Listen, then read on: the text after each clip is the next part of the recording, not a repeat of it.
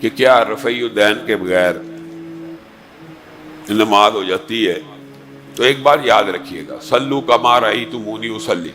ایک اس ضمن میں یہ جو سوال آیا تو آپ ایک فلسفہ صرف یاد کر لیں۔ اگر تو کوئی شخص اس وجہ سے رفع دین کرتا ہے کہ رسول اللہ نے کیا ہے، اس کا عمل درست ہے، اس کا عقیدہ بھی درست ہے۔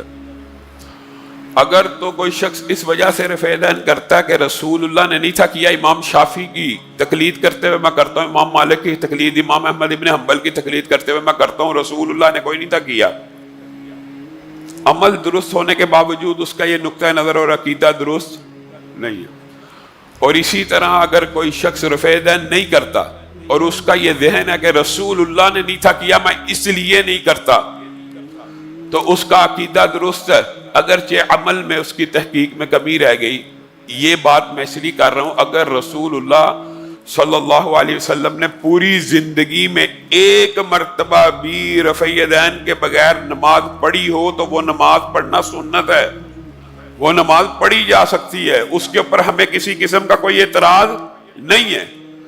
لیکن ہم یہ سمجھتے ہیں اور ہماری تحقیق یہ کہتی ہے کہ رسول اللہ نے پوری زندگی میں ایک نماز بھی رفع دین کے بغیر نہیں پڑھی۔